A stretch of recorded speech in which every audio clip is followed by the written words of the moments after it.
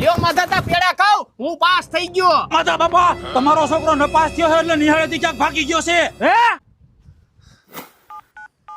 બટા તું ક્યાં છો? જ્યાં હોય ને ત્યાંથી ઘેરે આવી આવ. ભલે તું પરીક્ષામાં નાપાસ થયો, હું તને કાંઈ નહીં કહું. પણ બાપા હું બધા વિષયમાં નપાસ થયો છું. અરે બટા તું એવી નાની નાની વાતોમાં ઘર મૂકીને વિયો જા, એમ થોડું હાલે. હજી તો તારે આખી જિંદગી કાઢવાની છે. આમ જો મારો દીકરો છો ને, ઘરે આવી આવ તું. બટા આવ બે. બટા તું આમ ગમે અહીંયા વિયો જાય એમ થોડું હાલે. તું અમારી સામું તો જો, તારી માયા હવાયરું નું કઈ ખાધું જ નથી ને રોયા રોય થઈ છે. પણ બાપા મેં બધી તૈયારી કરી હતી તોય નપાસ થયો. અરે દીકરા તું ભણવાની પરીક્ષામાં નપાસ થયો છો, જિંદગીની પરીક્ષામાં થોડો નપાસ થયો છો. પરીક્ષા તો આવતા વર્ષે પાછી આવશે. અને બેટા તું ઇતિહાસના દાખલા જોઈ લેજે. અભણ એ જ ઇતિહાસ રચ્યો છે.